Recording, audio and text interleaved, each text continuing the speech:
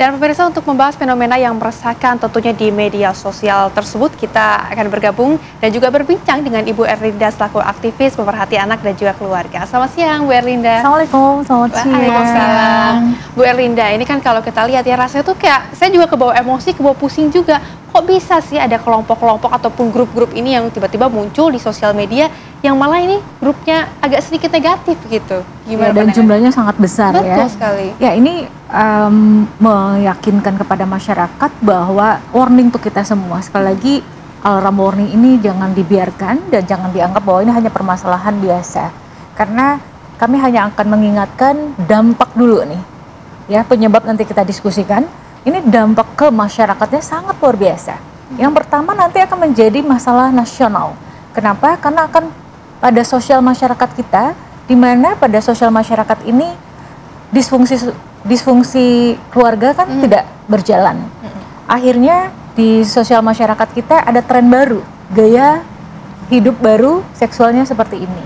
Dan yang paling nauzubillah min dzalik adalah pada saat mereka menjadi korban-korban seperti ini, otomatis kenapa negara menjadi terbebani, ya kan, permasalahannya? Iya, karena mereka anak-anak ini yang misalnya dilakukan kekerasan seksual oleh orang yang cukup dewasa, dia akan menjadi beban negara.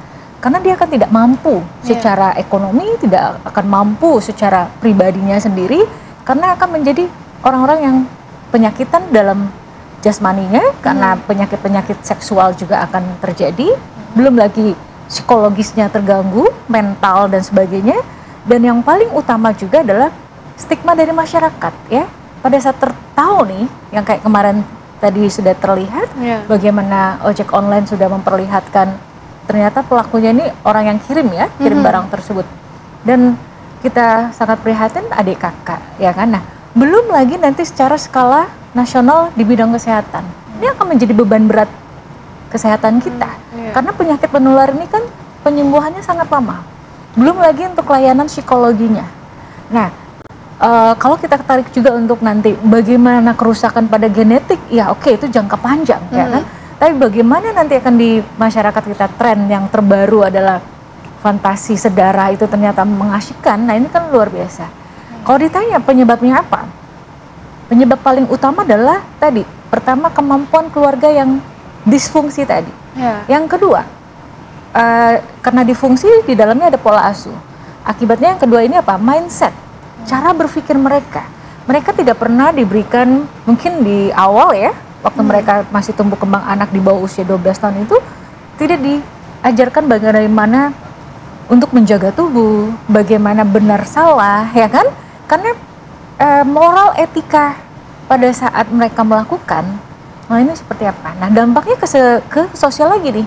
Moral etika kita down. Nah, ini yang kami berharap pemerintah hari ini, saya yakin mereka konsen, karena ini kan bagian dari kekerasan seksual, ya kan, incest. Ini jangan dianggap permasalahan biasa, dan kami berharap bagaimana apresiasi kita ya kepada dunia siber, yang mereka harus segera bisa melakukan satu deteksi untuk bagaimana kelompok-kelompok ini segera dimitigasi. Baik, Mbak, ini kan yang juga kita lihat adalah rata-rata korbannya itu adalah anak-anak balita. Masih kecil rata-rata. Apakah ini nantinya akan berdampak kepada masa depannya yang kemudian akan mengulangi hal yang sama jika ini dilakukan kepada seperti grup yang kita lihat di media sosial ini? Iya, itu yang tadi saya sampaikan juga, dampak berikutnya adalah nanti akan keberlanjutan ya. Jadi terjadi interaksi yang berulang. Artinya dia waktu itu belum pernah ya dilakukan rehabilitasi secara tuntas, yang pada kesempatan lainnya dia menjadi pelaku. Nah, ini nanti akan menjadi siklus yang akan selalu ada. Nah, bagaimana kita memutus mata rantainya? Nah, inilah kami berharap tidak hanya Kementerian PPA, Kementerian misalnya desa yang dilibatkan, Kemendagri juga, tapi juga Kementerian Kesehatan, Kementerian Pendidikan. Karena satu-satunya jalan yang bisa kita lakukan adalah sinergi semua elemen ya. Bagaimana kita mendorong, yuk bersama dengan adanya kejadian ini, kurikulum ya, pendidikan seks usia dini sesuai tumbuh kembang itu masuk dalam betul-betul kurikulum nasional kita.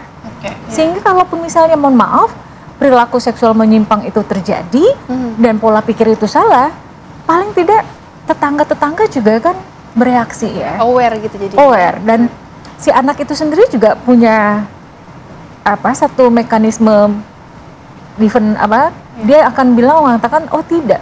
Dia akan bisa membela dirinya sendiri. Self defense-nya tuh kuat. Dan ditambah lagi kami juga berharap ikatan organisasi profesi ya seperti Ikatan Dokter Indonesia, psikolog ya, baik itu misalnya HIMSI ataupun IPK klinis itu juga mendukung program ini. Kenapa? Karena kami sangat prihatin beberapa waktu lalu kita dikejutkan dengan ya hubungan seksual misalnya sesama jenis ya. Tapi ini menikmati kenikmatan yang jangan-jangan ini pedofil dong, pedofil yang sudah masuk ke keluarga, tapi terbalut dengan incest, ya kan? Nah ini yang kami berharap tata norma etika kita harus kita jaga dong. Pemerintah harus buat ini menjadi hal serius. Harus karena bagaimana nanti dampak sosial, dampak kesehatan dan berubah menjadi artinya mohon maaf ya menjadi bencana sosial. Ini jangan, lebih baik kita investasi dalam jangka panjang, memang investasi besar karena pembangunan manusia itu tidak mudah, butuh waktu, butuh anggaran besar, dan butuh kerjasama. Kami bersyukur, terima kasih kepada TV One mau membahas soal ini, isu ini, karena pada akhirnya kita ingin pada saat banyak yang menonton TV One ya seluruh Indonesia, mereka bisa akan aware, apakah di lingkungan internal keluarga kita sudah terjangkit penyakit. Itu total 3.000 lebih. Kalau dalam teori itu harus dikalikan 6, Mbak. Tentunya nanti kita juga akan lebih mendalami lagi ya, terutama ini mengenai tadi ada grup-grup juga yang sudah muncul. Kemudian apakah ini kegagalan dalam sosial media yang tidak ada pengawasan atau seperti apa? Nanti kita akan dalami pemirsa, tapi usai jeda tetaplah bersama kami di Apa Kabar Indonesia Siang. Ya, masih bersama kami pemirsa di Apa Kabar Indonesia Siang, dan tentunya kita juga akan mendalami lagi mengenai kasus ini bersama dengan Ibu Erlinda.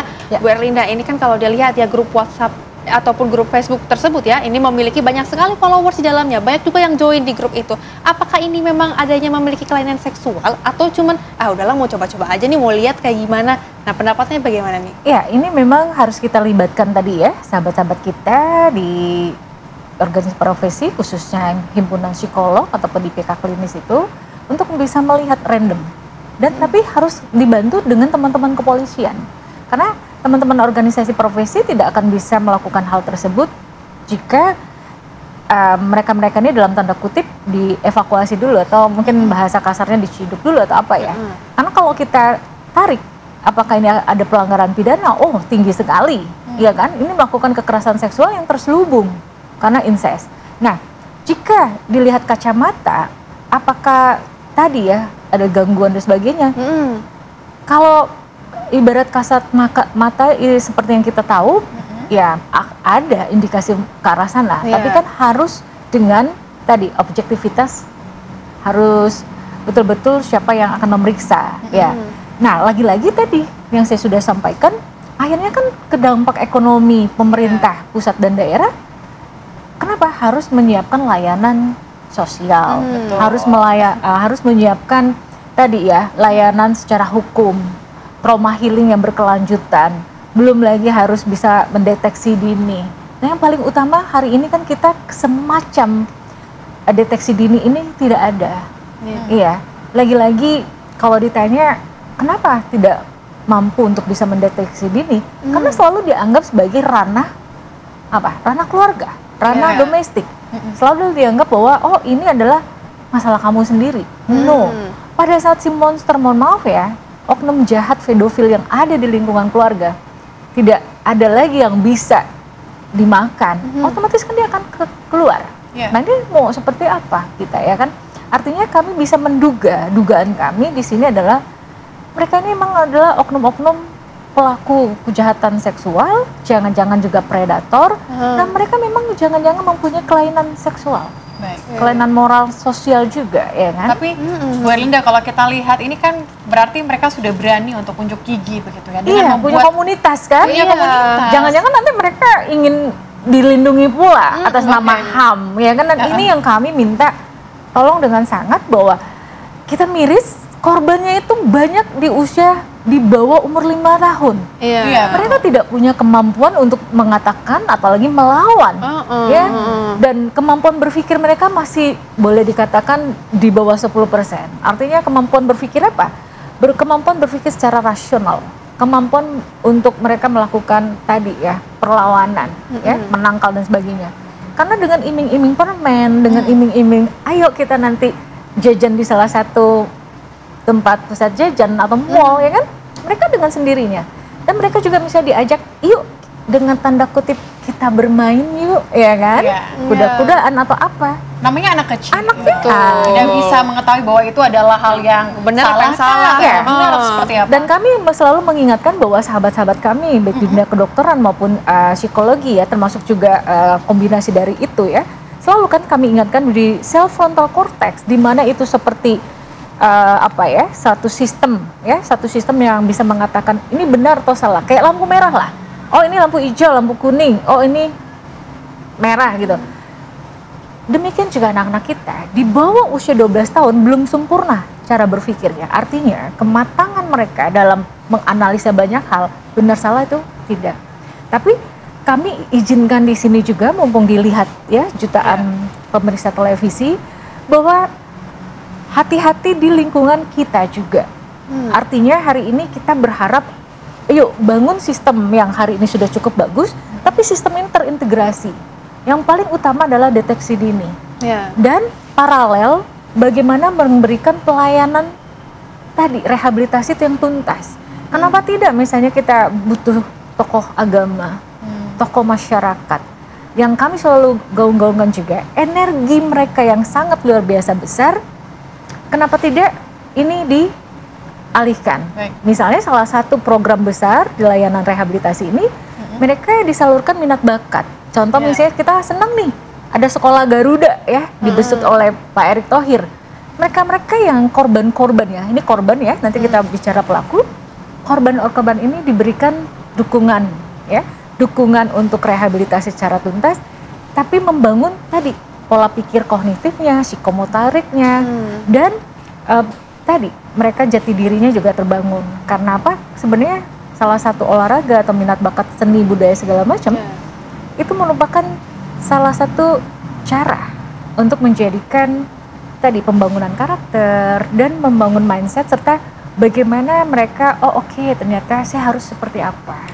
Dan ada pride, ada kebahagiaan, kebanggaan pada dirinya, sehingga dia melupakan bahwa dia adalah korban dari banyak hal ya, kekerasan seksual. Dan kami ketahui dari data-data dari teman-teman kami ya di kementerian lembaga termasuk kepolisian, wow, kita sangat prihatin.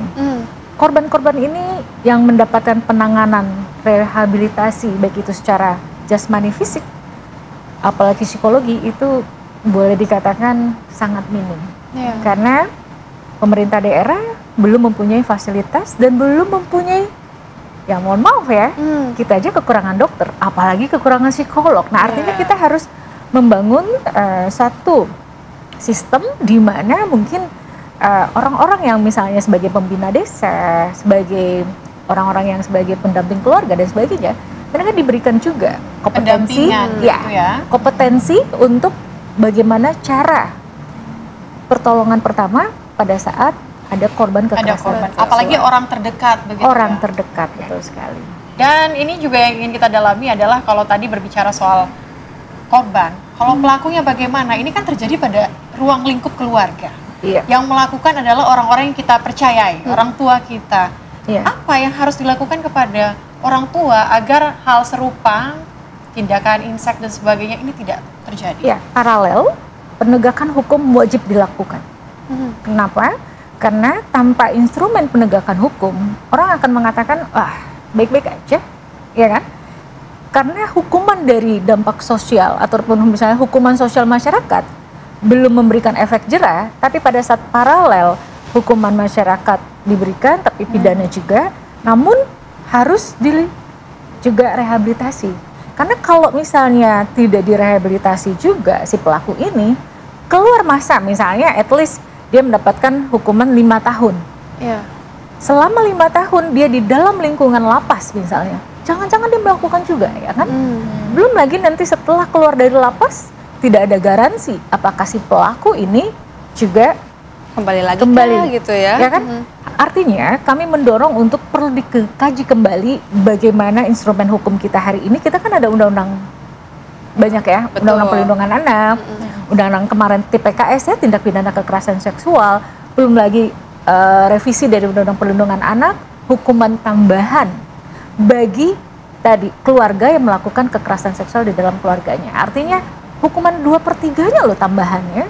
Nah, kami berharap penegakan hukum ini harus kuat dan di sini ada ranah siber, artinya ada yang tanggung jawab dong sama Kominfo, iya kan? Bu Menteri yang cantik tuh, kami berharap dapat dukungan bagaimana nanti tim-tim dari Komdigi bekerja sama dengan pihak kepolisian itu bisa untuk tadi boleh dikatakan memitigasi kelompok-kelompok ini, mereka tidak ekspansi lebih besar lagi di dunia maya. Mereka sudah besar, apalagi nanti di dunia nyata. Bu Erlinda, mungkin ada pesan-pesan yang ingin disampaikan kepada masyarakat, ini sebetulnya kita harus seperti apa dan juga agar tidak terjadi lagi. Kemudian juga dari kitanya sendiri nih, kalau misalnya melihat ada korban tanpa harus masuk ke ranah tadi ya, masalah keluarga gitu, kita harus bagaimana dan apa yang pesan yang ingin disampaikan? Iya, pembagian tugas kepada kita masing-masing, terutama pemerintah pusat dan daerah, dan kita komunitas, organisasi profesi maupun akademisi, kita bersama-sama untuk melihat ini adalah masalah nasional. Dan kekerasan seksual di dalam keluarga itu sudah sejak dulu sudah ada, tapi bagaimana karena hari ini kita ada dunia siber, bagaimana memitigasinya dan bagaimana penanganannya dan memutus mata rantai. Yang perlu kita lakukan hari ini, kita mendukung semua program Pak Prabowo dengan astacitanya, banyak sekali kementerian, dan kita tadi kurikulum juga ada, dan bagaimana membangun sekolah keluarga yang otomatis nanti terinsertnya mudah-mudahan ada di sekolah, misalnya sekolah rakyat, seperti itu bisa nanti terintegrasi. Dan kami juga mendorong bagaimana keterlibatan para orang tua murid, sekolah, dan segala macam, itu juga bisa melihat, mendeteksi apakah para peserta didik di sekolah ini mereka adalah korban dari kekerasan seksual.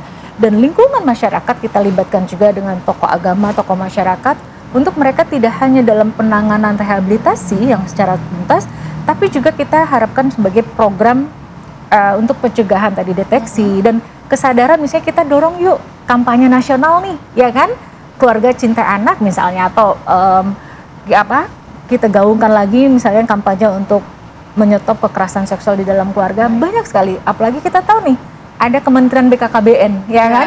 Jadi harapan itu kolaborasi, dan kita tahu juga salah satu faktor yang menyebabkan mereka seperti ini juga kan lagi-lagi tidak bisa kita pungkuri karena mereka minim ekonomi minim ekonomi, minim pendidikan dan sebagainya. Dan memberikan lingkungan yang aman, nyaman, itu yang nomor satu juga.